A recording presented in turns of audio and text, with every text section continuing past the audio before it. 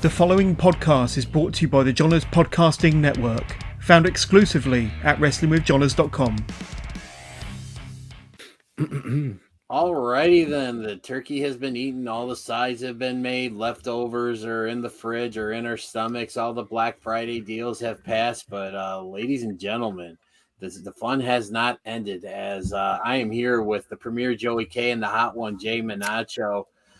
We're all recovering from that event that we like to call Thanksgiving, and gentlemen, let's get right into it. Ladies and gentlemen, boys and girls, children of all ages, this is Shooting Shit.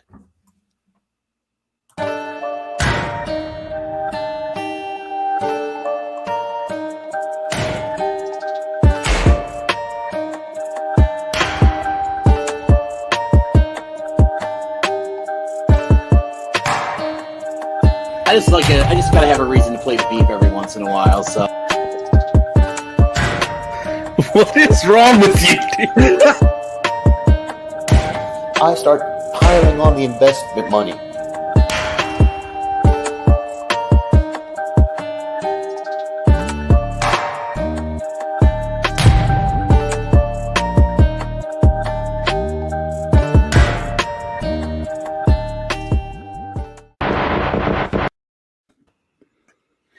Yes, ladies and gentlemen, we are here. We survived Thanksgiving Thursday. We survived Black Friday.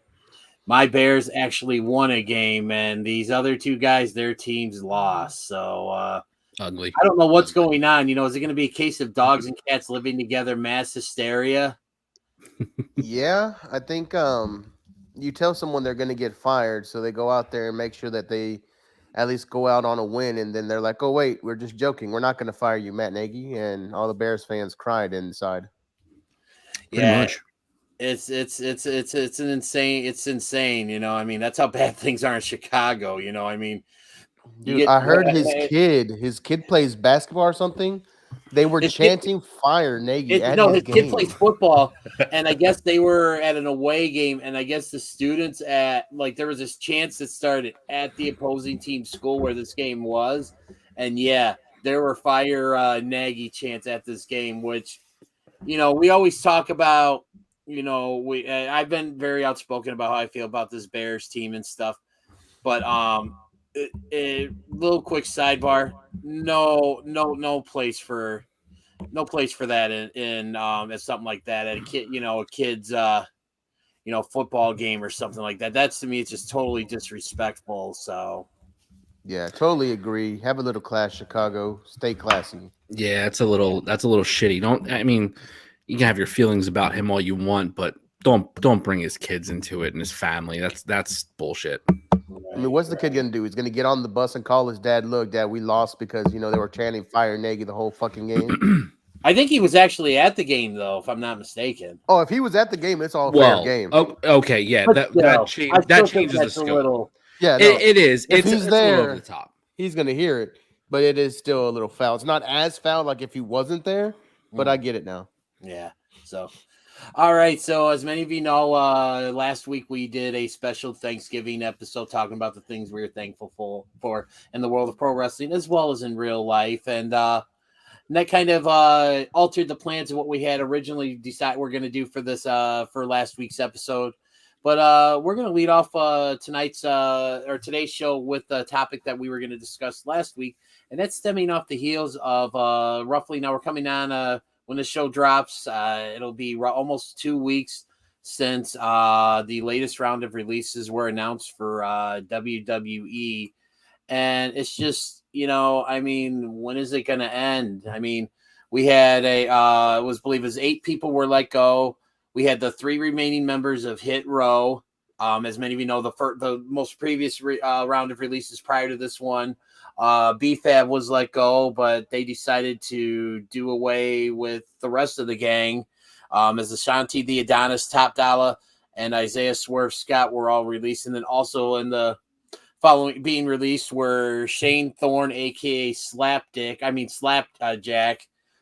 Jackson Riker, Tegan Knox, who got drafted to Raw, never saw the light of day, Drake Maverick for the second time getting released, and then John Morrison. So, gentlemen, just to talk about it here, first off, which one of these releases shocked you the most?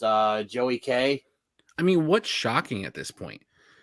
It's the same bullshit excuse again for its budget cuts.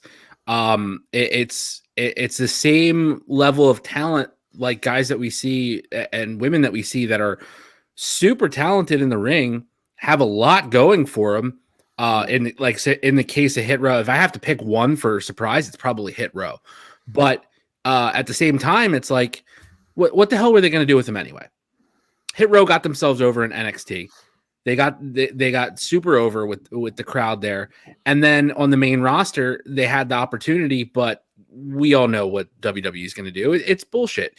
You know, I'm just so tired of hearing the budget cuts. I'm so tired of seeing this talent, and even so, the talent themselves, they're like, yeah, okay. You're not getting the days of people that are upset or like, oh my gosh, I can't believe this and blah, blah, blah. They're pretty much like, yep, we're moving on. And there's opportunity out there and good for them because they can all go somewhere. I mean, Morrison, I mean, what the hell? Johnny Mundo is like top tier talent, and they brought him back to be the Miz's sidekick again. Like that's old. And see, the thing that really irked me about the release of John Morrison is right before the Miz went on Dancing with the Stars, he turned on Morrison, so we never even got to see the payoff for that. Exactly. There's no payoff to that. There's no payoff to the Hit Row, like Hit Row coming up to the main roster. You know, they were getting ready to jump into a huge angle. They were, and their main eventers. Like, let's just be clear, out of anybody that currently came up from NXT, like they had it. They were ready. And dude, what a fucking waste. It's ridiculous, man. I hate it. I'm just so tired of budget cuts and these roster cuts. It's crazy. Hot One, what about you? Which one of the releases surprised you the most? That's I think for me, prior to finding out what we found out in the week of why some of these releases happened, was Hit Row. It's like Joey K said, man, these guys had something. They had that lightning in a bottle. They connected well with people. People bought that gimmick in NXT. Heck, what's it? Top Dollar had that show on A&E. Yeah. So when he was going around like with the superstars, like with all the memorabilia and stuff, which that was a fun show. And that's actually something my wife, who does not like wrestling, got into. Yeah, and you make us buy into him as a person. Then you see him in a faction. You buy into this faction, and you cut one person. Then you cut the whole group because apparently rumblings are they didn't like the fact that they cut the one person out of the group, B-Fab. And they went to, Vince about it. They went to the higher ups and were like, hey, we wanted to be a 4-man group. We don't want to be the stereotypical 3-person group. And they went above it and did it themselves. They changed their own music to take out B-Fab's verse. Apparently that was the straw that broke the camel's back, and that's what led to the release. And they said that they were being uncooperative. It's just it stinks.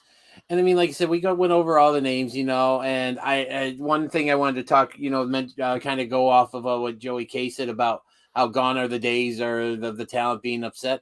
Just because I think a lot of these people are probably like, I can almost guarantee you Morrison, probably more so than anybody. I think John Morrison, or I should say Johnny Mundo or Johnny Impact or Johnny whatever, Johnny Elite and Drake Maverick are probably, out of all of these releases, are probably the most relieved, because if you've ever seen Drake Maverick in Impact as Rockstar Spud, dude is like uber talented. He needs to go back to Impact right now with EC3.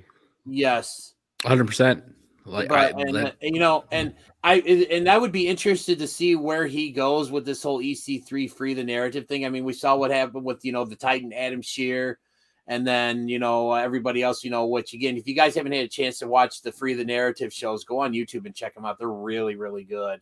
But yeah, and then also John Morrison, because now that he's gone, obviously Taya Valkyrie will be a free agent before John Morrison, but you pair those two up. I mean, they were awesome together in Lucha Underground, and then they also, as Impact as well too. So, but Do you to me, I think the see? one that shocked me the most, because we never really got to see her really do anything on the main roster, and as many times as she's battled back from injury and everything, I was really disheartened and shocked to see Tegan Nox get let go, because I just felt like she was when healthy, she could go in NXT. Buddy, And Tegan Knox is Chelsea Green 2.0 with these whole issues. Chelsea Green had all of the injury issues, debuted, injured. Tegan Knox couldn't stay healthy. I mean, I see the same thing, and I really, really, really want her to go to somewhere that'll put her into good use, because like you said, she can go. And you know what? I don't care what anybody out there everybody believes different things or whatever.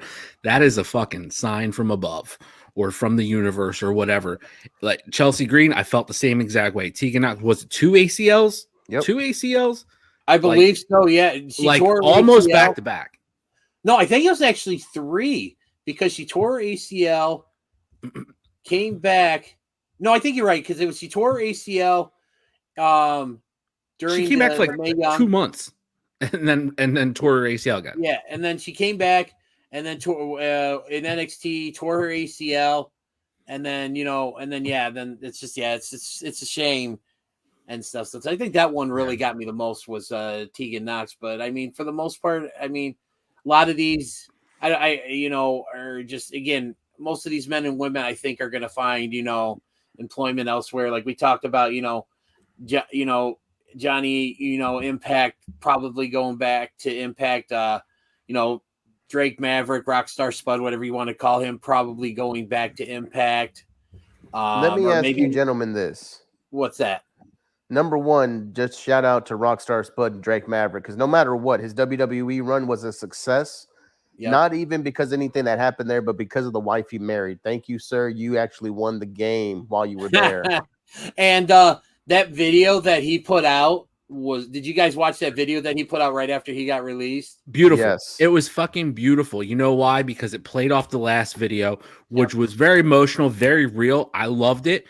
And, good on him. Like, he got back with the company, got that paycheck going, which was awesome. This one, though, thank you, because that is just like the creative side. I mean, that guy's got it. And an absolute fucking smoke show of a wife. Not gonna lie. Oh yeah. Holy shit. Renee Michelle, absolute fucking dime. So props to you, bro. Props to you. So put it there. 2 people I want to know you guys' thoughts on where they go. One being Johnny, whatever last name here, and Tegan Nox. Where do y'all think they go respectively? Honestly, I think Tegan Nox, for me, I think Impact would be perfect for her. Johnny Nitro, whatever Morrison, whatever you want to call him. If Ring of Honor were still around or still a factor, I would say I think he should go there. But I mean, to me, I want to say the obvious answer is going back to Impact. But I think for him, I think he should go to AEW. That's not bad. I could see that. I definitely could. I think honestly, Tegan goes probably to NWA.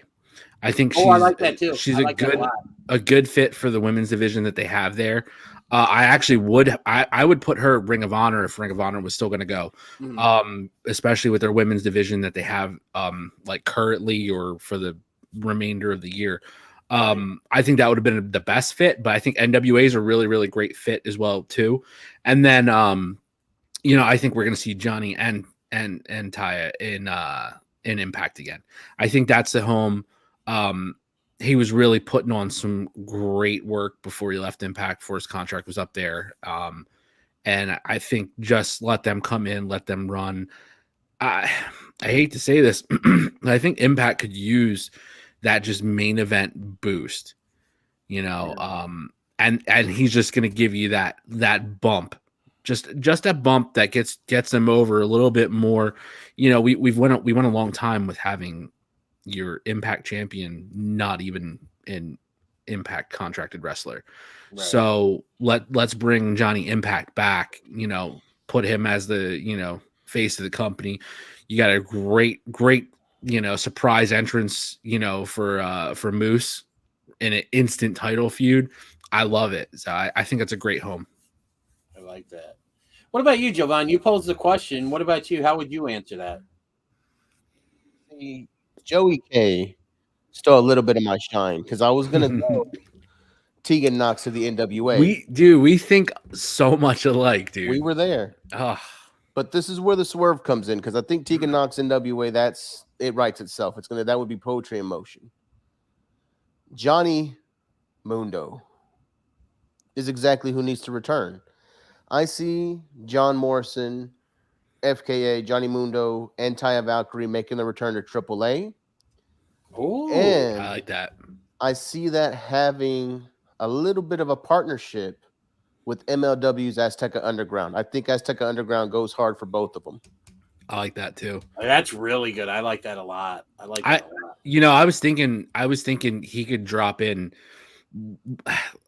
I think for me, the obvious choice was Impact, but I was thinking, Azteca Underground. I'm like, first show, boom, out of the gate. Yep. Who comes walking out to introduce himself to the world? Fucking Johnny Mundo, dude, that would be dope as hell. But I like AAA. Go back down to AAA, and then you also have the AAA partnership with AEW as well too. So that's a great segue there too. AAA's playing ball with people. We'll see what happens. Gotta love that Forbidden Portal. All right, so moving on to the next topic here. So we saw if you had a chance to watch AEW Dynamite, you probably saw arguably could have been, or some people are saying is the greatest in-ring promo segment, square off battle, whatever you want to call it, between two talents. It went something like 20 minutes, but it was 20 minutes like this of pure heaven and stuff. And that is the verbal exchange between Maxwell Jacob Friedman and CM Punk. And just again, the shots that they took at each other, the digs, the lengths they went and everything. It's just so many times I'm sitting there watching this at home going, oh, or wow, or holy shit, and I just can't believe it. Now, I think we're all in agreement that this was probably the best promo battle of maybe the modern era, maybe of all time. But I'm going to ask you, throwing this one out of the equation or prior to this one, what would you say was your best promo battle exchange, or however you want to word it, between two talents, either be it a backstage promo or an in-ring promo? Hot one, lead us off. I've got two that I've tossed around in my mind since we thought of this question. For the newer aged audience, I'm going to go with Eddie Kingston and John Moxley. When Kingston's calling Moxley out about being a sports entertainer, how he turned his back on him, and how Moxley basically is telling him, look, I told your mother that I'll take care of you. And that whole heated thing going into Full Gear last year. Yep. That's definitely top on mine. But going a little bit into the history banks and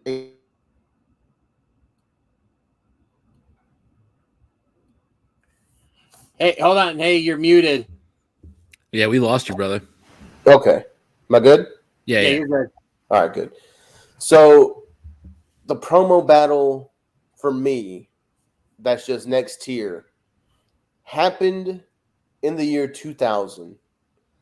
The debut of the Millennium Man on Monday Night Raw.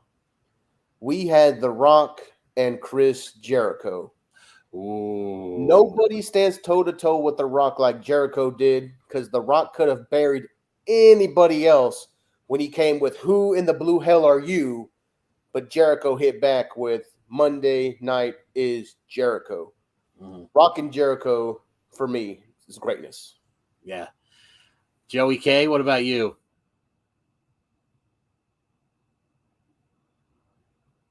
You're muted too now. I got it. They're really, really great picks. And but I have two as well.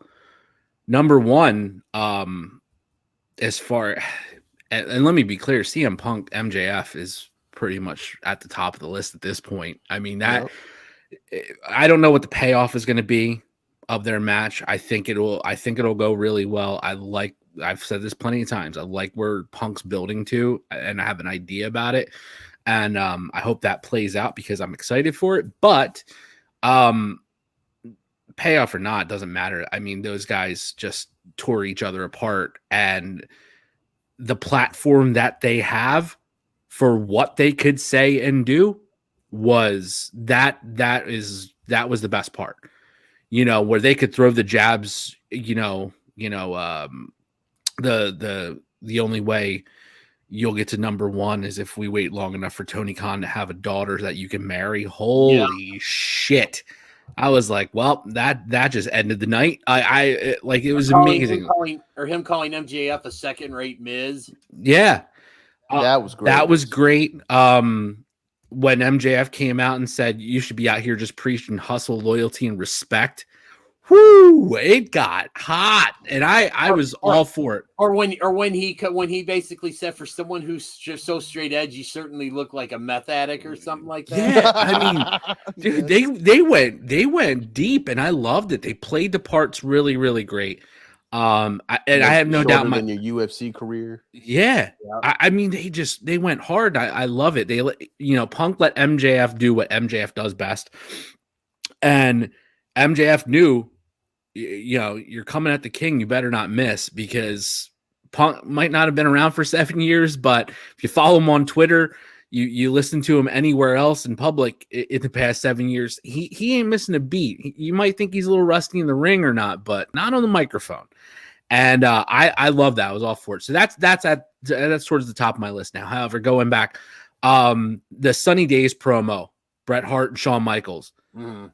Because that crossed that line, and that was a real rivalry. That was real heat. That was two guys who were friends and then were no longer friends, and then became enemies, and then became part of the biggest controversy and one of the biggest controversies in professional wrestling history. So for me, that always sticks up there, because even Bret has said, I didn't want him to say it, he said it. And didn't they get into a fist fight in the back about that too afterwards? Yep. Right around that time, yeah.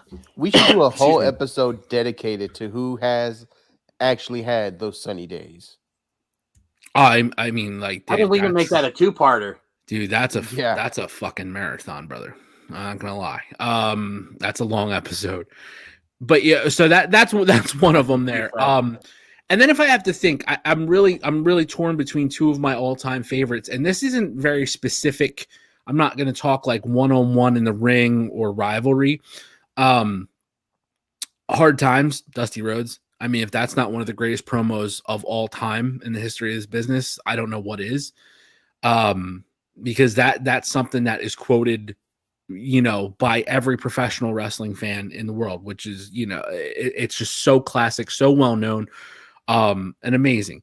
Another, and I know this is quite a few times that it was brought up, but Ric Flair, I spent more money on spilt liquor around the world than you make in a year. And Flair lived that persona. He lived that lifestyle. And oh my God, could the man talk? Just one to me, one of the absolute all-time greatest on the mic, in the ring. I love everything about Rick. But that, listen to him talk, and I can just picture it in my head, whether it's with Tony Schiavone or Gordon Soley or whoever it was standing there doing those studio recorded shows, when he's there in a suit and he starts stripping down. The ladies in the crowd going nuts. I mean, come on. That's just money. I got to put those up on the jacket. Oh, yeah. The woo off with Jay Lethal. Yes, that's a great one. That's crazy ass Flair. How about when he stripped down in WCW in the ring to his boxers, and he's dropping the elbow in his clothes. He's taking $100 bills out of his wallet and throwing them out in the crowd like he doesn't give a shit. Yelling, fire me, fire me. That was some real shit too, because he had a lot of Bischoff heat. had legit heat at the time. He had a lot of heat with Bischoff, and they both were very clear about it. They both admit to it. Yeah. See, that's greatness, though. We're talking about promos, and the ones that really last out are the ones that had a lot of realness into it. Like there was real shit going on between these promos. Oh, that's it. I love the pick that you had. The Kingston Moxley one was fucking money, because I again, you guys know I love Eddie Kingston. I'm a huge fan. And I asked him about his promos. That shit got reported on other websites about the question I asked about his promos and where he comes up with it and stuff like that. And I love it. Like, I'm all about that. He brings that realism all the time. And you can't. How about the promo he had with Punk? Yeah. And he got in his face, said, "Nobody wants you here." Yes. You know, I'm you can just leave not for scared to say it. Yeah. Oh shit. And you felt that. You felt that. And that sold me on that whole match. It was a one-off, and I'm okay with that, because that promo sold me on it. I watched that match with my mom. I watched the match and that whole promo with my mom. So we're watching it here. And Kingston's getting into Punk's face. And he goes, "I'm going to tell you something everybody doesn't want to tell you. Nobody wants you here. Nobody ever wanted you here. And I'm the only one with balls enough to tell it to your face." My mom looks at me and she goes, "They're about to throw down." And I said, "Oh, no, yeah, it's about to get nasty." So the match comes up and we're watching it. And she goes, "Oh, this is off that bad promo." I said, "Yeah, this is off that promo." Literally, the way that match started with how stiff it was, she looked at me and she goes, "They're not wrestling. These two are actually going to fight." And I said, "Oh, no, they're fighting. They are fighting." Yeah. So since you guys named two, I'm going to do the same thing. And I'm going to go, my first one, I'm going to go with one that I think you guys are going to be shocked at. But sometimes in certain things in life, less is more. And the first promo I'm going to spotlight, we're going to go back to 2011. And we're going to, it's basically a night that two wrestlers returned to the ring. One of which was kind of advertised. The other one was a little bit of, a surprise. We're going to go to, I want to say it was like probably something like, I think it was like February of 2011. They had these promos building up with like, kind of like who this mystery person was that was going to show up. And I think a lot of people thought it was going to be Sting debuting in the WWE, but it wasn't that. It was basically, it ended up being the return of The Undertaker after being off for a few months. But before he could even really do his whole entrance and everything, the familiar guitar riff of one Lemmy from Motorhead hit. And next thing you know, you hear "Time to Play the Game." And Triple H, who had been off for quite a while, came to the ring. And all they did, they stared at each other. They looked at the WrestleMania sign. They looked at each other. I think Triple H pointed to The Undertaker and then pointed to WrestleMania. And then the Taker did the throat slash thing. The only time I ever saw a promo where not a single word was spoken, but I'll be damned if you didn't get chills watching that. Basically, they looked at that sign. It's like, "You want to go? You want to go? WrestleMania? All right."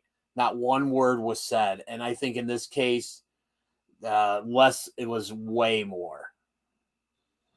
Now, and then my other one, we're going to go back a few years. I mean, there's some really good ones. You could talk about The Miz and Daniel Bryan on Talking Smack back in 2016 when Daniel Bryan said The Miz was a safe worker and The Miz came in and went off on Daniel Bryan and Daniel Bryan walked off the set. I mean, there's so many more, but one that I really want to spotlight because there were a lot of like bombs hurled.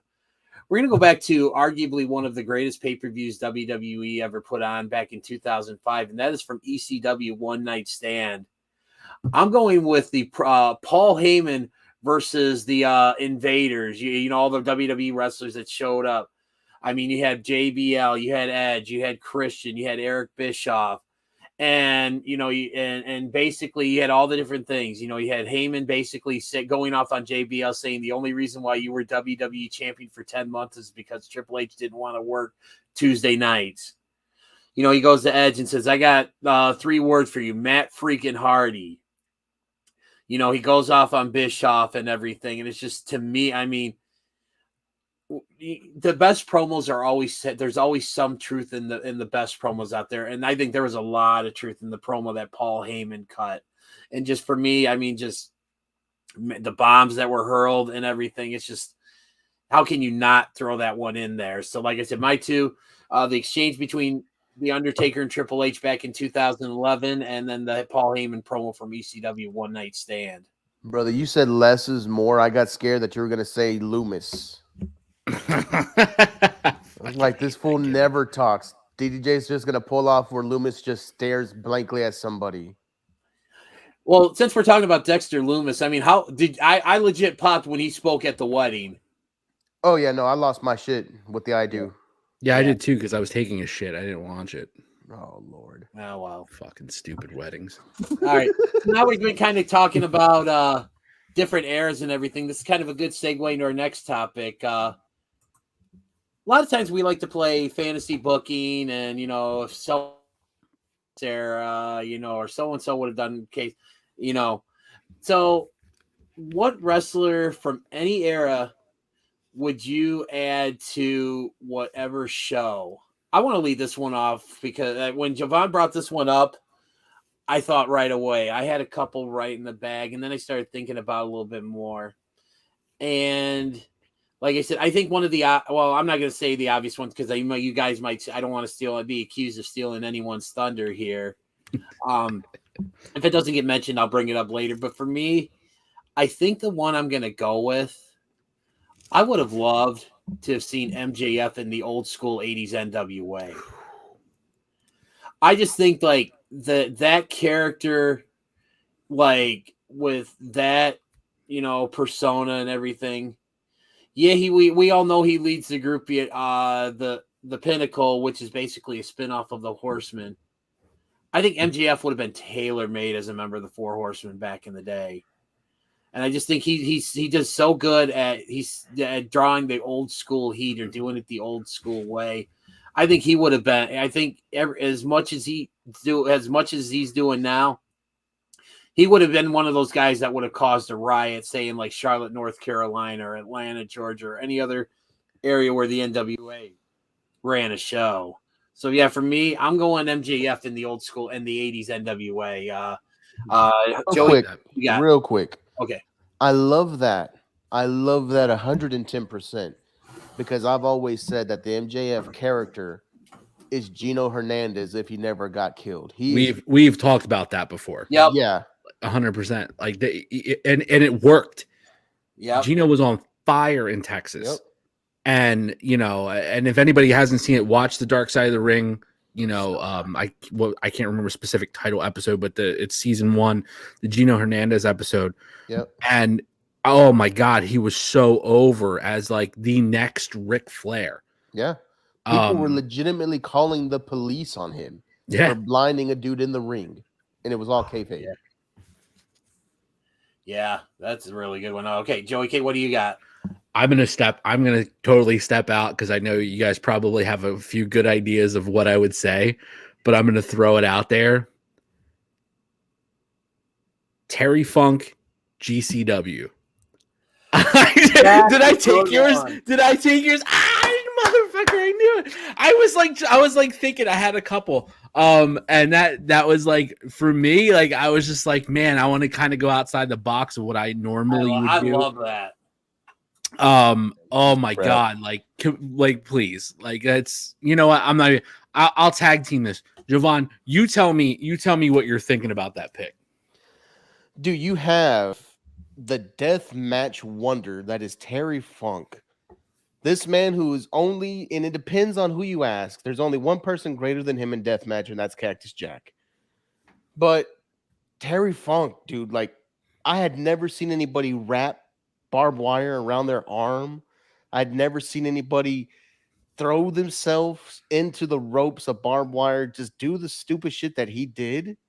And to pair that into GCW with him going against Nick fucking Gage, who will die in that fucking ring. You will have a match between two people who are trying to see who can die first. And I'm all for it. The flip of that pick, by the way, was Onita in GCW. Because, like, you don't get to GCW without Onita. I want And that bat, that exploding bat. Someone needs to remake that bat. yo, that's some wild shit. Like that's some wild shit. But yeah, that was my flip of that pick. But I went Terry Funk because I wanted to go a little more. Fucking Texas Tornado. Damn right. Yeah, I mean, I love Terry, dude. I saw Terry at the ECW arena. He's a fucking legend. Plus, I was just reading about him. I know his health is not what it used to be, and No, it's Yeah. the reports of his memory loss and things like that. It's really heartbreaking because he's a fucking legend that probably deserves way more credit than he'll ever get. From the era of guys like Ric Flair, from the era of guys like Hogan running the North and things like that. And there's Terry Funk, just like absolutely, carving his own path. I'll tell you guys this, like that fucking that Terry Funk voice and just that fucking the Those stumble, stripes the stumble and beyond the mat when he's walking.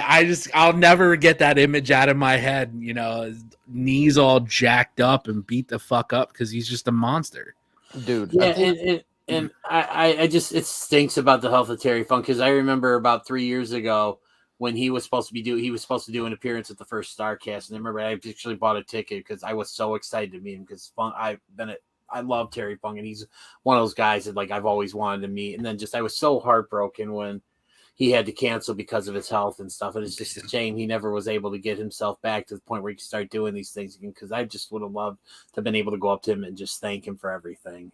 I do have one quick honorable mention, and this is going to be really like oddball out there, but somebody that popped up in recent memory for me.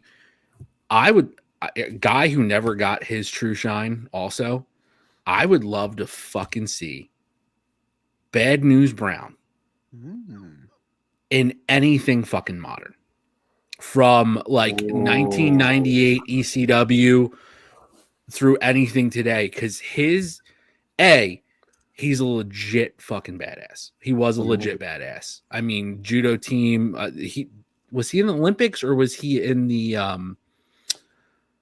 God? What did he compete in? He was a legit judo player though. Yeah, I think legit. it was like the same thing as Ronda Rousey. It wasn't the Olympics, but it was a step below it, like the world Pan or Am whatever Games? the hell. Pan Am Games. That's where Bad News Brown was. Ronda was in the Olympics. Was she in the Olympics? Yeah, she was in the Olympics.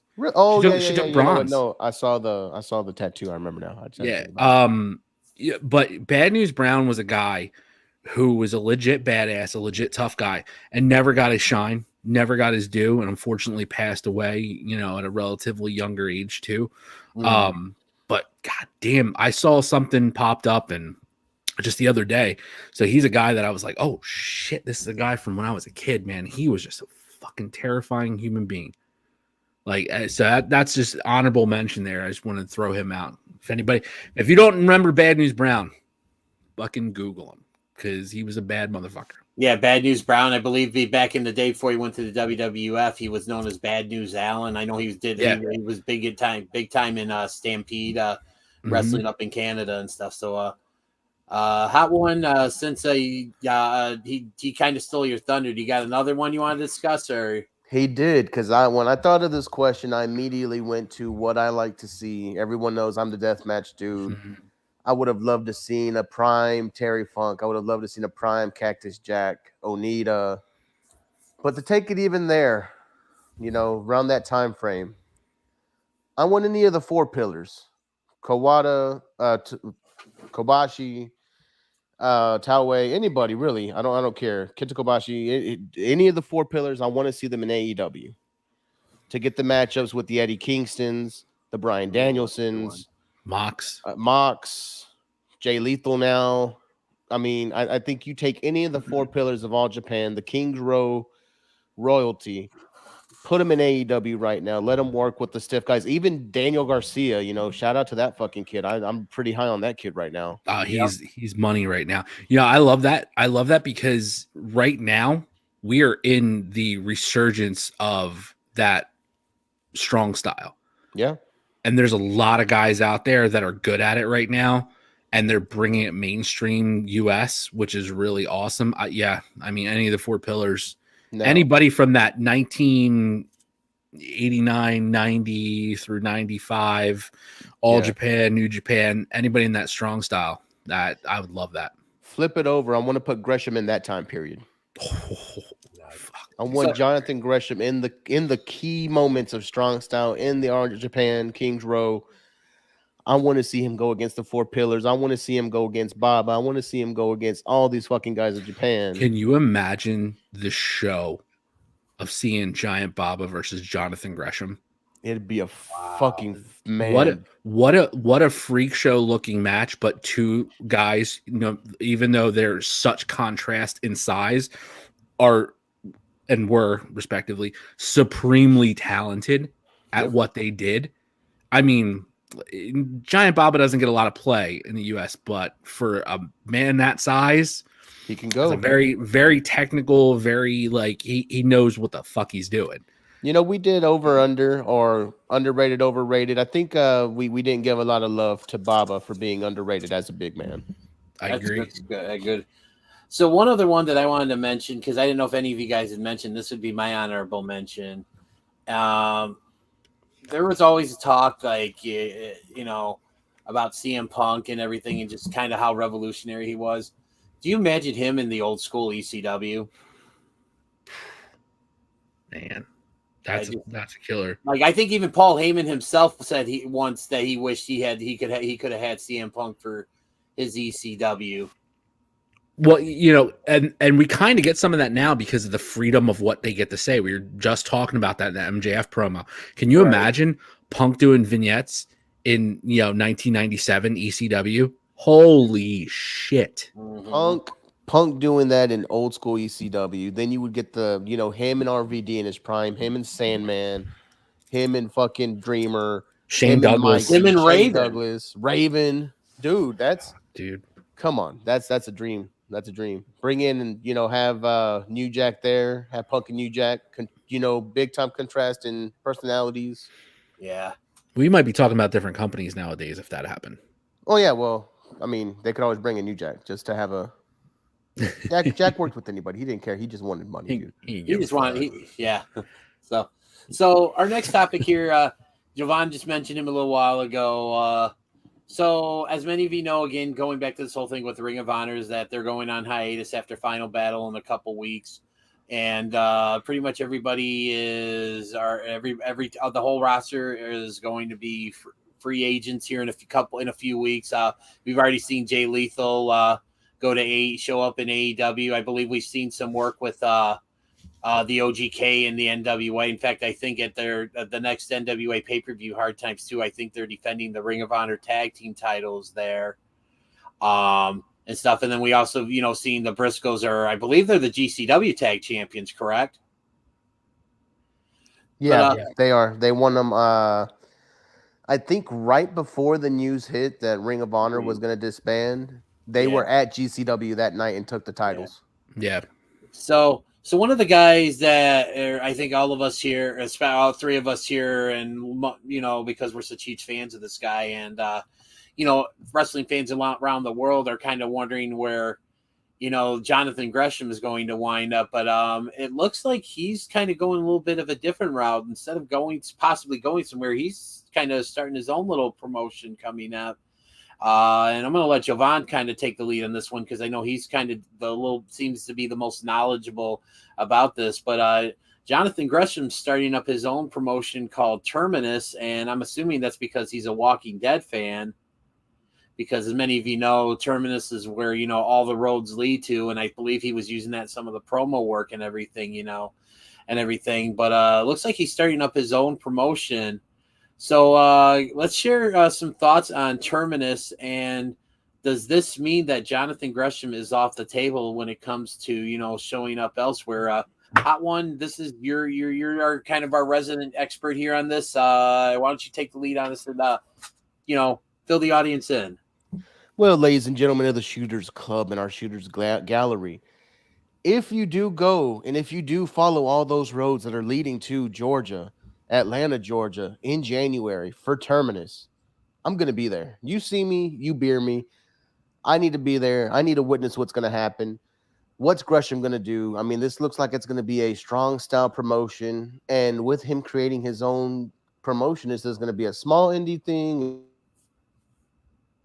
Is it going to be like a major show? Is it going to be something sustainable? We don't know yet. I think that's where we're all with the questions, is trying to figure out what is he going to do. And I think this first show is going to tell us a lot. But you look at the people who've already signed, or at least are confirmed for Terminus. We have Bandito, you have Janai Kai, you have Moose. Let me see if there's anyone else that I'm missing. I think as of right now, Daniel Garcia. I mean, you have these killers, man, these workers who can work that strong style, all gathering for what looks like a reboot of a pure company, not just a division.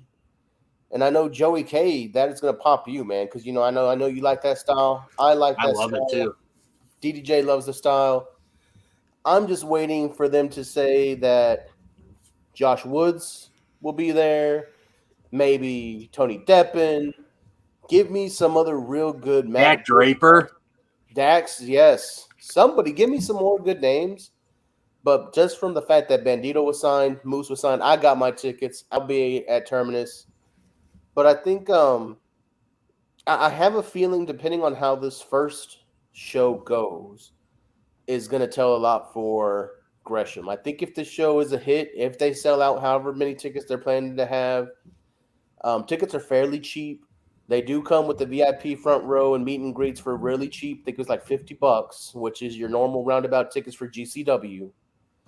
I think if it does well, he might just put all of his chips into this new promotion. Now, if it doesn't have the showing he wants, or if it's not as strong as he'd like, maybe we start seeing Gresham dip his toes into the waters and try to find somewhere to land.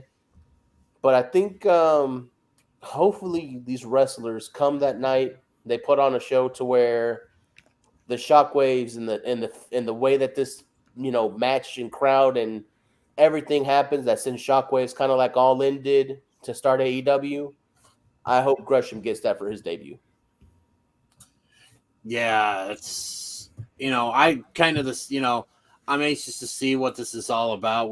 We've all been pretty outspoken about how big fans we are of the work that Jonathan Gresham does, and especially with what he did in carrying that pure division during the pandemic and everything. And he's slated to believe he's slated. It's still him versus Bandito for the Ring of Honor title, Final Battle.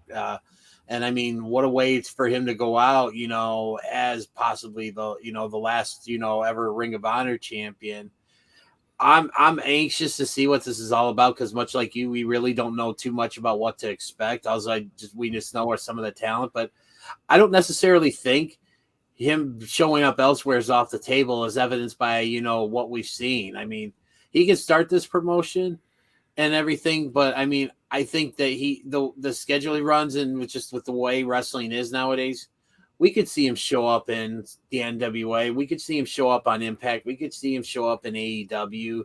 Hell, he may go wrestle in New Japan or something. I mean, I definitely think that he could have this promotion, and I think show up elsewhere. I don't think it's off the table. And in fact, I hope it's not, because I would love to see Gresham get, I would love to see, I think I would love to see him on AEW, mainly because I think the world deserves to see how good he really is. Joey K, what do you got to say about this? I agree. I'll agree with you, DDJ, because to me, I don't think anything's off the table.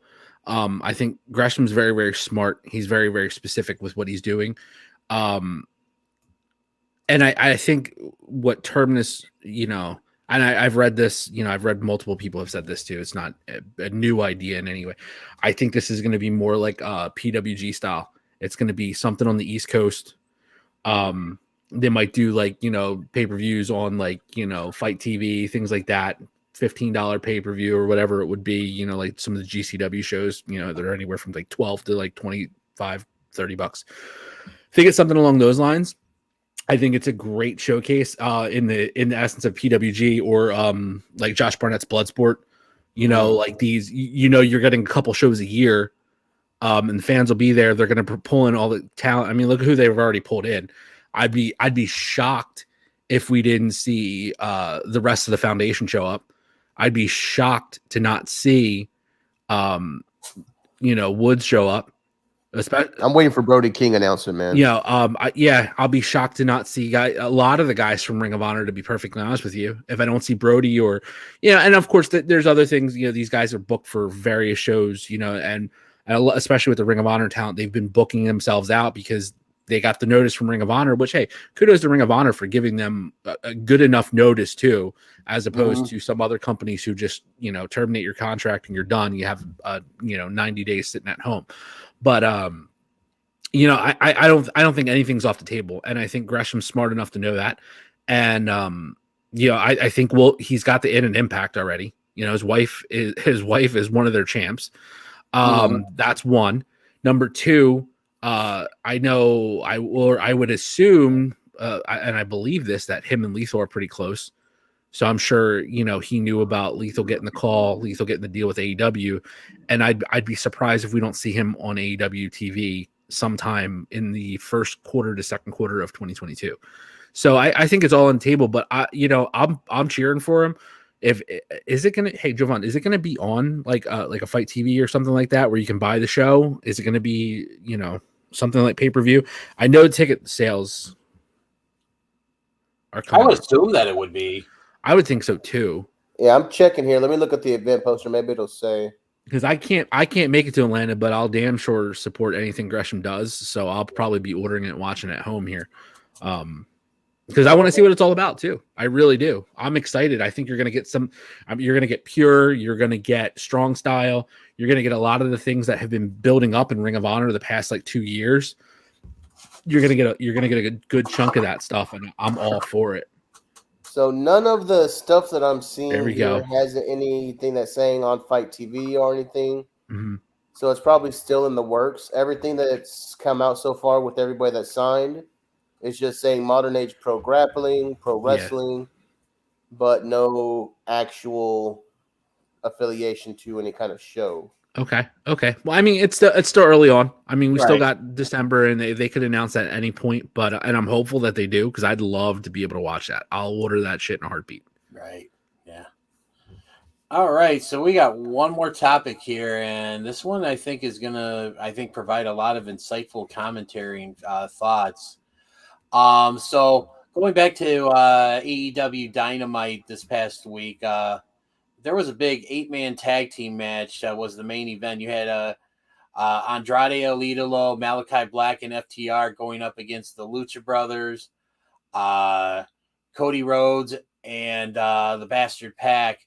And a couple of times during the match, Cody took off his weight belt to throw it in the crowd, and the Wintrust Arena crowd, doing their best Hammerstein Ballroom 2006 ECW One Night Stand impersonation, decided to toss the belt back. I believe this happened a couple of times, and at one point Andrade got his hands on the belt and hit it, wouldn't put it underneath the ring, which I popped for. But first off, if you get something like that thrown your way, don't be an idiot and throw it back. If you don't want it, go ahead and sell it on eBay. Get yourself some money or something, because there's somebody. I mean, I know for a fact I caught that thing. I'm going to Michael's or Hobby Lobby the next day, and I'm looking for a case to put that bad boy in. But basically what we're boiling down to is just, for the longest time, Cody Rhodes has been at the center of controversy, because when he came out and, started AEW, he's like, this is the revolution. We talked about, he was possibly becoming the next Triple H, because it seemed like he was always booking himself to go over to look strong. But then, we also talked about, just the fact that it's just his give. I mean, I think we're all fans of the work Cody Rhodes does. I don't think any of us here hate Cody Rhodes or, want any ill will brought on him and stuff. But with everything going on and stuff, is it time? Does Cody need to turn heel or retire? And For me, he's still got a lot of time. I think I feel like there's still some more that he wants to do out there. So I don't want him. I'm not ready for him to retire. Obviously, if he does, that's his opinion. That's what he wants to do. I'd respect it. But I feel like Cody Rhodes right now is where Hulk Hogan was back in 1996, and at the point where the Hogan character back then was at that time it was stale. Let's be real. He was kind of getting booed, and people were tired of the saying your prayers, taking your vitamins, all that stuff. What did he go out and do? He went out, turned heel. He went out and formed one of the most important and greatest wrestling factions of all time in the NWO. I mean, a lot of people say that was kind of really what kicked the Monday Night Wars into gear, and kind of literally, basically, unknowingly at the time, Hogan was basically the reason why the Monday Night Wars happened, because had he not turned heel and joined the NWO, the NWO probably doesn't enjoy the success that it does. And Hogan basically, I've said this before, not to you guys, but I know I've said this with other people I've talked wrestling. Hogan going heel and going to the NWO, it saved his career. It saved him, and I'll make no bones about it. And I really feel like Cody needs to turn heel, because he's done everything that a babyface Cody can do right now. Not to say that he can't be babyface again, because certainly he can be babyface down the road. But you know what? Turn him heel. Have him go that same route, all the work and all the blood, sweat, and tears and everything I've done for you. And this is how, like he could do it easily. And I think he would have no problem drawing the heat. So for me, please don't retire Cody Rhodes. Just join the dark side. It's pretty cool, as I believe Stewie said on something dark side or something like that. One of those Family Guy Star Wars specials.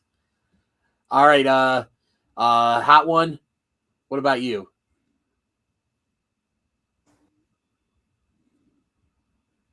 You're muted. No. So this is a question that I've fought with myself a lot about, because I am a known Cody mark. Okay. I am a Cody Rhodes fan. Number one, to the guy that threw the belts back into the ring and almost hit Aubrey Edwards. You're garbage. You, sir, are garbage. Anyways, back to Cody. I don't see and I don't understand how a man that we cheered from telling his story of being undesirable to unfucking deniable is all of a sudden enemy number one. How did we get here? Cody has been the same Cody from the beginning of AEW to where he is now. Good, bad, or indifferent, his character has never changed. He is the blue chipper. He is the second, generation superstar. He is that guy who puts his work boots on just like everybody else. I mean, by God, this is the son of the American dream, and we're booing him. This guy who's done nothing but brought wrestling to the masses in a way that started a revolution, and they're booing him. I mean, I don't see where the fans feel like they have the balls to dictate how a person's character should go. Oh, we're tired of this good Cody Rhodes. We're tired of the face Cody Rhodes. We don't believe it. He's Triple H reincarnate. Is he?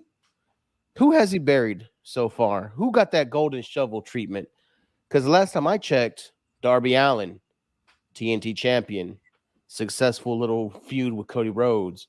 MJF, the future of the business. One of his greatest feuds was with Cody Rhodes. And we've already touched on how Cody Rhodes have brought in all these people in through the TNT title open challenge, and then continues to bring people in with the TNT open challenge because now Sammy G is carrying that over. And yet we still hate Cody Rhodes. Gentlemen, in my opinion, Cody Rhodes has done enough. Cody Rhodes has done exactly what he needed to. He has brought us to the mountain. Cody has given us the alternative. He has given us the wrestling that fans has clamored for so long. Just for us to turn on him? Cody, it may be time to lace up those boots, leave them in the ring, because the fans won't appreciate what you were until you're gone. And fortunately, you're at that point now where you do have a family that's budding. You do have a baby girl at home. You have a beautiful wife. Go out there and enjoy them. Leave those boots in the ring because these fans don't deserve you. Cody Rhodes should retire instead of turning heel. It's not in his nature. I'll disagree with everything you just said, respectfully. You know what? Your mama, how about that? No, I'm just joking. Go ahead. Wow. No, she listens to the wait, show. She will beat the shit out of you. I love you, Mama Hey, Premier. it wouldn't be the first time Joe Bon's had his ass beat by somebody's mom. Oh, shit. Ain't that the truth? But and in response to that, I'm kind of surprised it took us this long to get to somebody throwing down making a your mom comment or something. I know, shit. 14 episodes. 14 episodes, man. It took a while. Yeah. All right, so here's what I'll disagree with. I'll disagree with the statement of the comment you made about the fans. No, the fans do dictate that. You know, they dictated that we wanted another product other than what WWE was giving us, and we got AEW. The fans dictated over the years a lot of, you know, heel turns or face turns. You know, do I have to go back to WrestleMania 30? I mean, look at Bryan Danielson. I mean, that was the fans. The fans wanted him. So yeah, the fans do have a good say in it. Outside of the one fan who did throw that belt back, that's shit. Look, it's one thing to throw a t-shirt back because you know that's not really probably going to do any damage to anybody. It's going to be a funny spot. But you're throwing a leather belt with a metal buckle at people that aren't expecting that. That's not cool. Same thing, jumping the barricade. You know, I don't give a shit about, you know, what the reasoning is or you know, you have that's a fuck story. Did you hear that whole story? I heard the whole story, but you know, DDJ, you're looking like you don't know the story. Did you hear the whole story? I think DDJ's frozen. He might be frozen in thought. So we shocked him so bad he's frozen in thought. Literally, he just froze. No, you know, and look, I get it. He got catfished. He got, you know, he obviously has some issues going on because if you really think Seth Rollins is like, hey, buddy, send me $200, like, come on, like there's obviously something going on there with him. But even so, that gives nobody the right to jump the barricade and attack somebody like that. Right. So I have no respect for anybody that does that, whatever the issue or problem might have been. Same thing with throwing that belt kid, though. Yeah, yeah, good on him. Rounded that corner and really put it in. But you know, I look, the fans do dictate. Is Cody Rhodes' story? Hey guys, I'm sorry to interrupt. I don't know if I think I lost because you froze. Oh, okay, I froze and stuff. Yeah, we were making fun of you for freezing. Well, then I was going to say, let's redo this like part. Thinking face for a real good time. But no, we'll I'll let it ride. Yeah, we'll let this one ride and stuff. And you weren't making a stupid face, dude. You're good. You look like you were actually in thought. No, you were like this. You were like, go on. Making a really good point. Yeah. Very, very deep in thought. And like we were talking to you, and I'm like, I think he's frozen. John's like, I think he is. I was frozen by your eloquent speech there. I said Cody retired and it broke DDJ for a second. Jesus. Yeah, he fucking glitched in the Matrix, dude. Like that was wild. All right, so back to the point though. I don't think Cody's story's not over till Cody says it's over. And I know he's publicly said he's only got a few more years left in him anyway. And I think he wants to retire. I think he doesn't want to carry on, especially the family he comes from. I mean, he's known this business his entire life, and he knows the guys who go well into their 40s, into their 50s in the ring. And let's be honest. I know there's some talent on AEW. I'll look at, you know, guys like Danielson. I'll look at guys like Punk that are in their 40s. But look at Billy Gunn. But Jesus Christ, that's what I'm getting steroids. at. These are the exceptions. These are the exceptions to the rule. For every Billy Gunn, there's 200 other guys that went way too long in their career, right? And it's I don't want to say it gets sad, but it's like you're watching them lose a step in the ring. And you know, you don't want your legacy to go out like that. So I think Cody's been around long enough so he understands that. Shawn Michaels. But I would love to see, Sean still had it though. Sean still had Dude. it. Like let's Sean still Really? had it until fuck he, off with that. At the Blood Sean Money in, pay-per-view, that was horrible in trash. Australia. Yeah, that It was Australia, A. It wasn't Blood Money. Oh, It was well, Australia. wherever it was horrible. And B, that was not all on Sean. I thought it was Saudi Arabia. Are you kidding me? That was on Sean? No, that was Australia. DX in the Brothers of Destruction. But hold on, I think that was Crown Sean Jewel. had to fucking carry that match because Hunter tore his pec in the first, he spit water and fucking tore his pec. Okay, so that was done this now because I'm almost positive that was was Crown Jewel. Dude, that matchup sounds like Saudi Arabia. Who else wants to fucking see DX go against the Brothers of Destruction? Saudi Arabia. Fucking sidetracking. You're sidetracking. Stop. Sorry, go ahead. So Cody, I know he probably does want to retire. Plus, he has a baby at home. Like that changes you a lot too. You want to be home, especially when he's probably as well off as he is, and can stay involved in the behind the scenes of the business. I think we're talking in-ring retirement. We're not talking retirement from the business. So as an in-ring performer, I can understand that. He doesn't want to put the wear and tear on his body. He wants to see his daughter grow up and potentially whatever other kids him and Brandy might have in the future. But do you think he's well off, Joey K? What I do, I think he is. I think he's well off. All right. I think Cody's doing real fucking good for himself. Between AEW and with the Go Big show, yeah, he's good. It's not what I was talking cigar about. Company.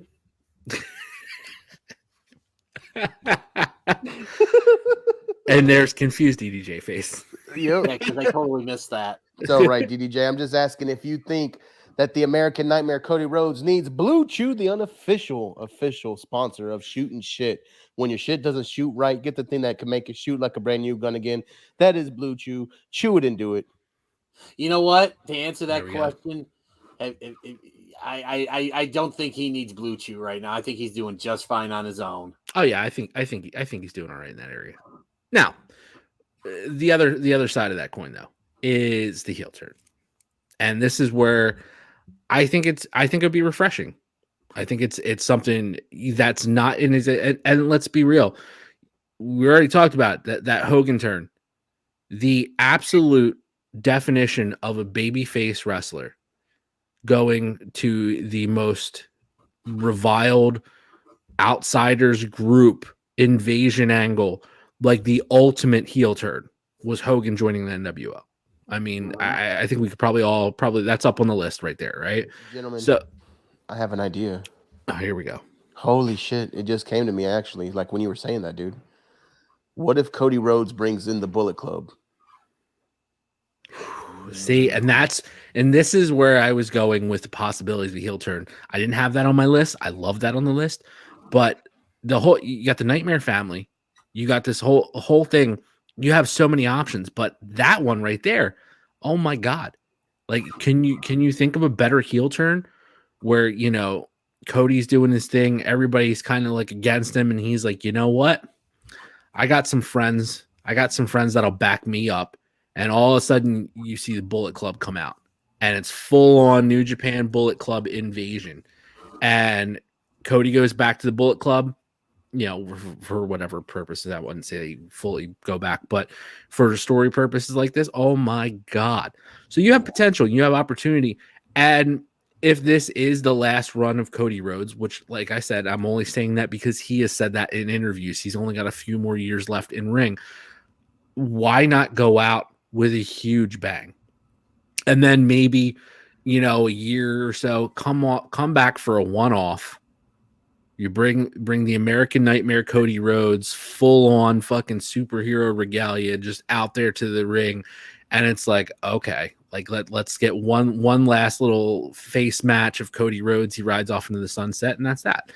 I love it. I don't want to see him retire. I hate saying I want to see anybody retire because it does break my heart to think about a lot of that, especially some of the talent I already mentioned, kind of getting to that point where I know Danielson, this is his last run. He's already said run that. as a full timer. Exactly. Yep. It breaks my heart because I want to see these guys go forever, but you also know the age, the wear and tear. They have families at home. This ain't the 80s, man. We're not hanging and banging like, doing rails at the fucking local Hooters. Okay. Like, but for Danielson, dude, he's doing some of the best work he has in his career right now. Yep. I think his resurgence is amazing. This is so Danielson in Ring of Honor was very young, still making his way. This is the mature version of that character. And I can't tell you how fucking all for it I am. Like that, I'm 100% in. I love the heel turn. I love what he's doing in ring. But, it makes me sad to think that these guys, there's limited time left. And I think that with Cody too. I'd love just to see a heel turn, a heel run. You got some great story angles. I love that Bullet Club angle. That would be fucking absolute money. And that's where I stand on it. I think, listen to the fans. Let's do the heel turn, but let's make it big and epic. I mean, Hogan-esque NWO epic. Yeah, that's what Bullet Club would be in that scenario. And the thing is, Cody Rhodes as a heel has worked in the past. I mean, you had the Dashing Cody Rhodes, which I loved, and then you had when Mysterio broke his nose and he had the mask on, and he would have the people come out and put the paper bags on there. It's like Cody Rhodes as a heel can work. Cody and the Legacy run. Legacy run. And then initially, like in the Bullet Club, Bullet Club was still heel. They might be super over and popular. Yeah, any American that really comes in is mostly heel in Japan at that time. It's changed a little bit more in recent. And we times. also talk about look at his Ring of Honor debut when he wrestled Jay Lethal and he beat him. What did he do afterwards? He kicked Lethal in the nuts and the place went crazy. Yep. He Oh, works as heel. And hey, real quick, DJ, just to throw this out there, I like gimmick wise. When you talk about it, like it was currently happening, the whole Stardust thing, it is what it is. But now looking back at it, holy shit, he bought into it. He went full on absolute batshit crazy with it. And I'm all for it. I'm all for a Cody heel run. Just because he can pull it off. It's like you said right there with Stardust.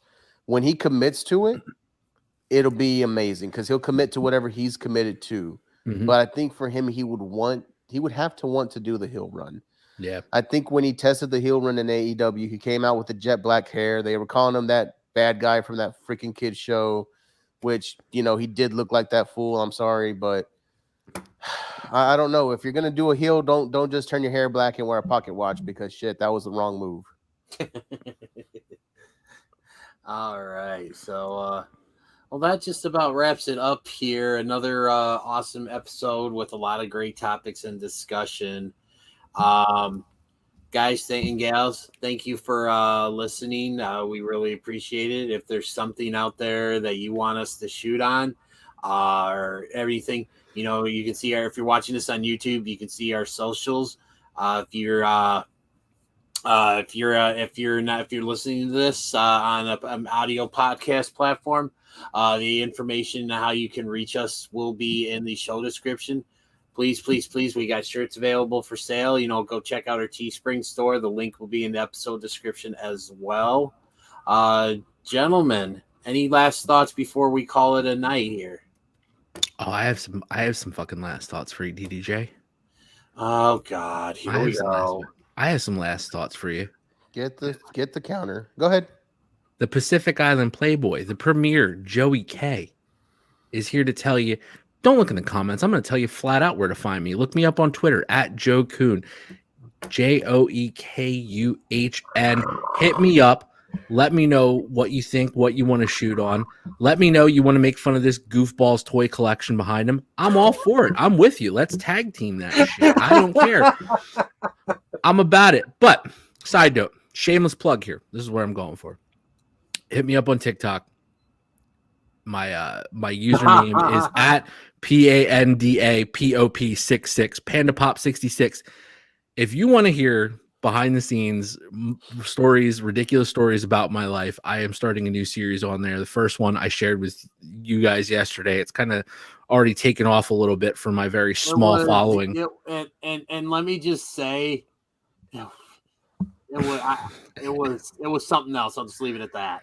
It was very good, guys. Y'all need to go listen and learn about our Joey K over there. It'll answer some interesting childhood. It'll answer some questions for y'all. Should I give him a teaser? Yeah, go ahead. Yeah, give him a little bit. All right, so episode 1, I threw up on TikTok, and here's how it goes. Go back in my childhood talking about my father and growing up. My father, my biological father, who I didn't know until I was 5 years old. Basically, this story is this. When he showed up and had me every other weekend, we'd go out and do all kinds of shit. This is how I got into pro wrestling. That's how I got into the music that I enjoy and listen to. And it's how I got into a lot of fun things that I still carry to this day. However, when he would drive me home, my father would always light up and smoke in the car because it was the 80s. So fuck it. When I got home, my mom would always ask me how things were, how my weekend was, especially in the beginning. And I was like, oh, it was great. We did all kinds of shit. We did this and that. I'm so hungry. And I would eat, I'd have dinner, I'd snack, and I'd pass the fuck out.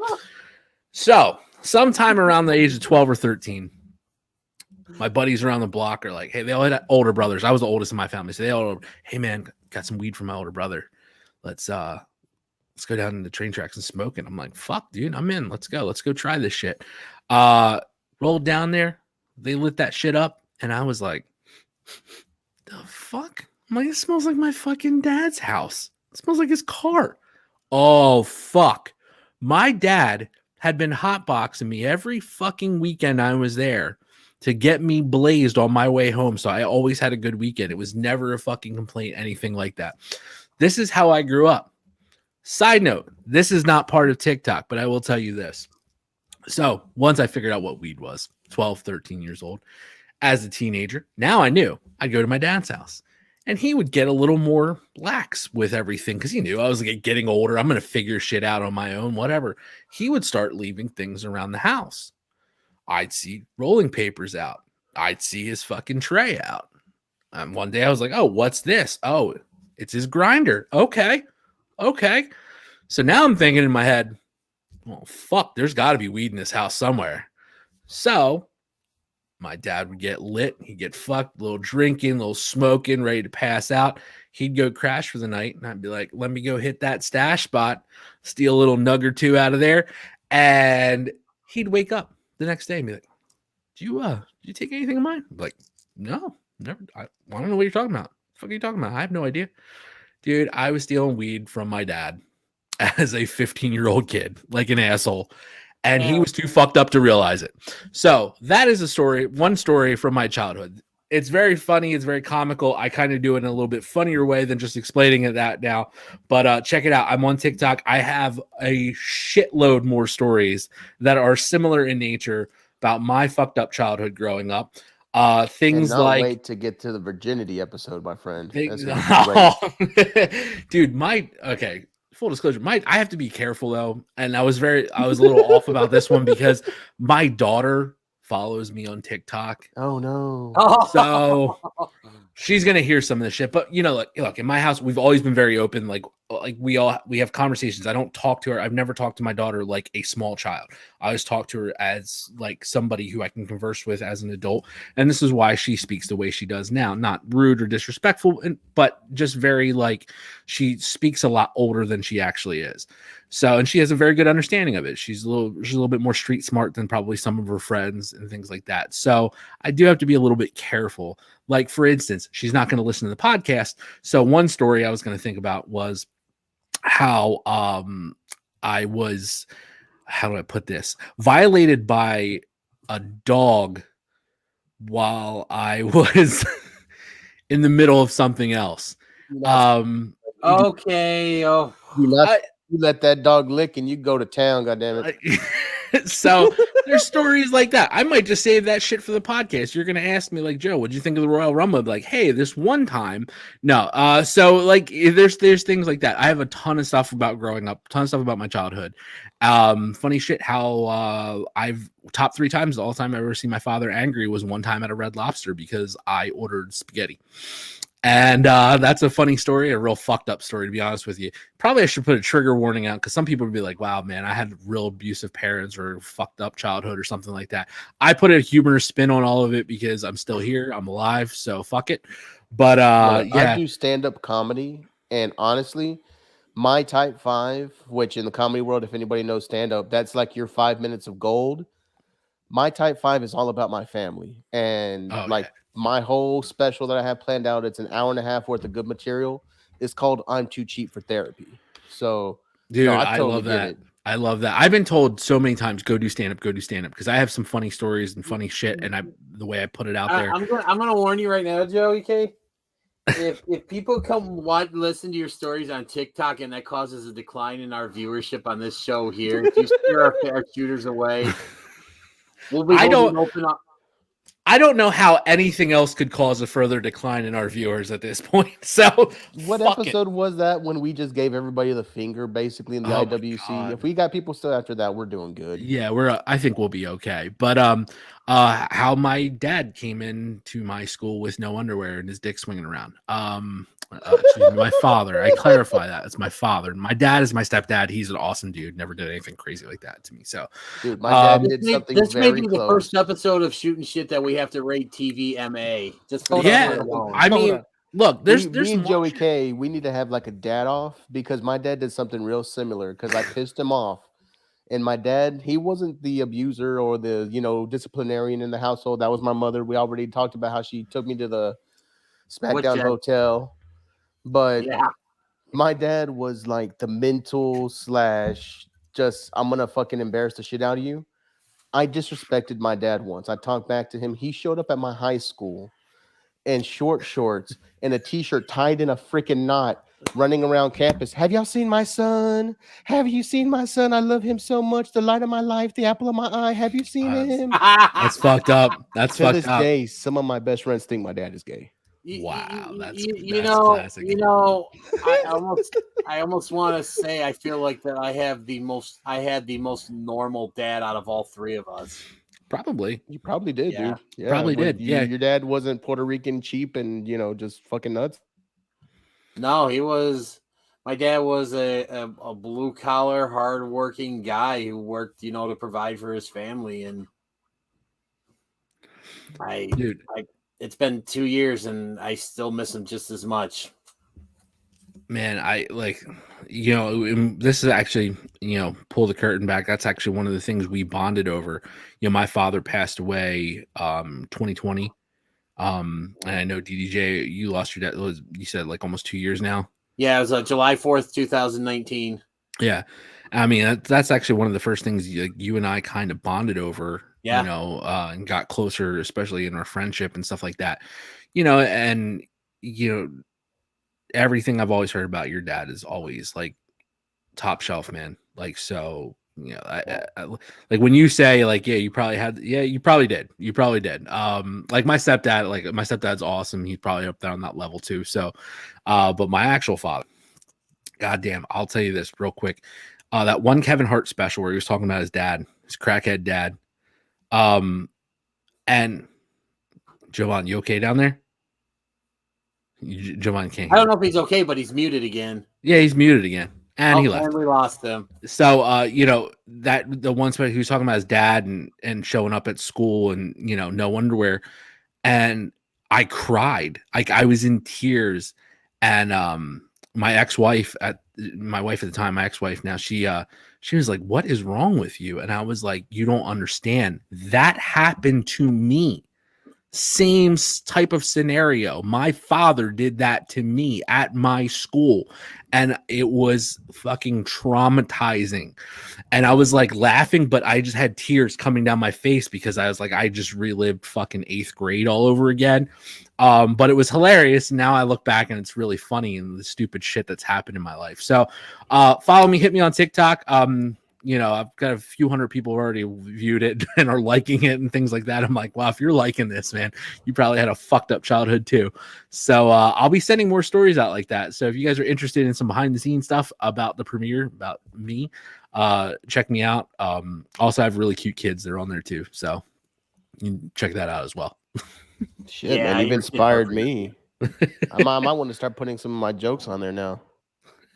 Do it. But let me ask you this before I go into my whole spiel on who I am, where you can find me, and etc.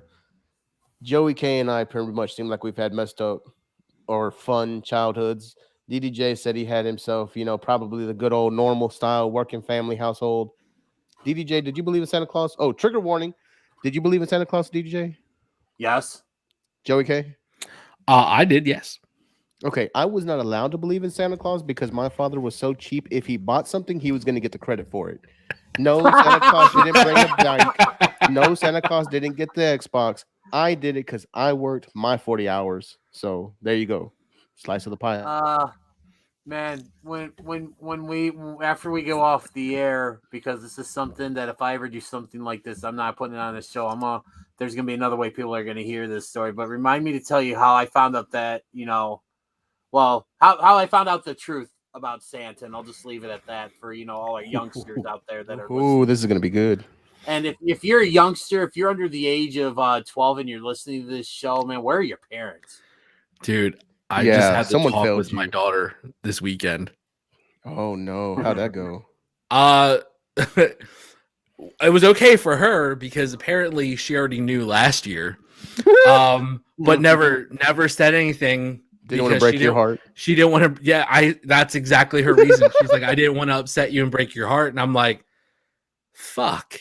I have a really great kid. Like my oldest daughter, she's amazing. But it made me sad. I'm like, you hid this like since last year. Like we went through the whole thing last year, and she's like, mm-hmm. She's like, I didn't want to upset you. She's like, but I can't really pretend anymore this year. And I'm like, God damn, man. I'm like, she dropped that shit on me last Friday, like the day after Thanksgiving. And I was like, well, okay. So I had to talk with her because like her baby brother's here now. And I had to talk like a good talk with her about Santa and that she gets to be Santa now. And, especially for her brother to keep that alive and stuff like that. And she's all for it. She's all aboard. So she's excited for it. But man, I was in my fucking feels for the rest of the day. I'll tell you that, man. She went back to her mom's house for the weekend, and I was just like, shit. Man, I knew it was coming, but still not prepared. I'm ready. All right. Well, we hope you enjoyed that little. Ladies and gentlemen, if you listen to the last 20 minutes of shooting shit, which is just us really just shooting shit on life, I am sorry. We love you. Please don't leave us. Please don't leave us. Don't leave us. We're very needy people. Thank you for sticking out with us, guys. You know it. I am Giovanni Tuhati, El Guapo Tuhati, the hot fucking one. Find me at Facebook under Javon Manacho, which is my given name. Hit me up at the DFW chairman on Twitter, on PlayStation Network. Same fucking screen name because I'm a boss like that. Let us know what you like, what you didn't like. Come up with a different name. Yeah, that's pretty much what it is. When I got the PlayStation, I couldn't think of anything. So I was like, hey, my Twitter handle, and it became my PSN name. So anyways, thank you for peeling the curtain behind us. But guys, I am the original Shoot Talker Skywalker of the Shoot and Shit team. We all love you guys. Thank you for being here. DDJ, take us home. Oh, thank you to the Johners once again. And thank you to Mail and Accounting and the boys in catering. DDJ, take us home. Oh, man. This just, what an episode. And, just go check out Joey K on TikTok.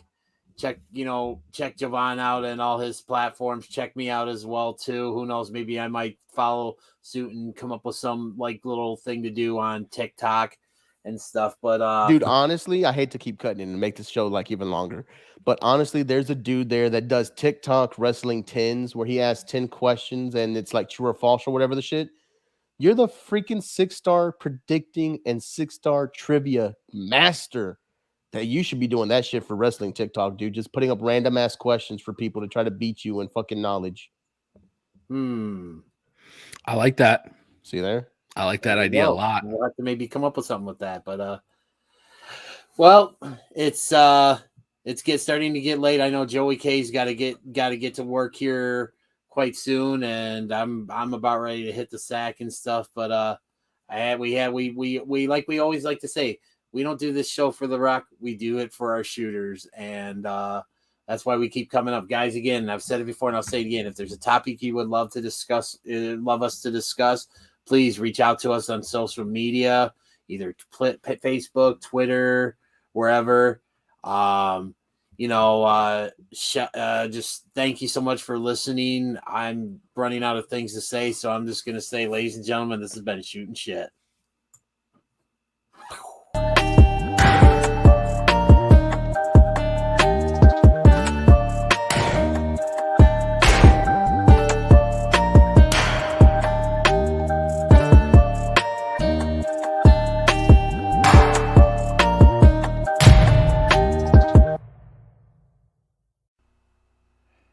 not forget to hit the like and subscribe button. Follow the show on Twitter at SHOOTINSHT, and thanks for listening.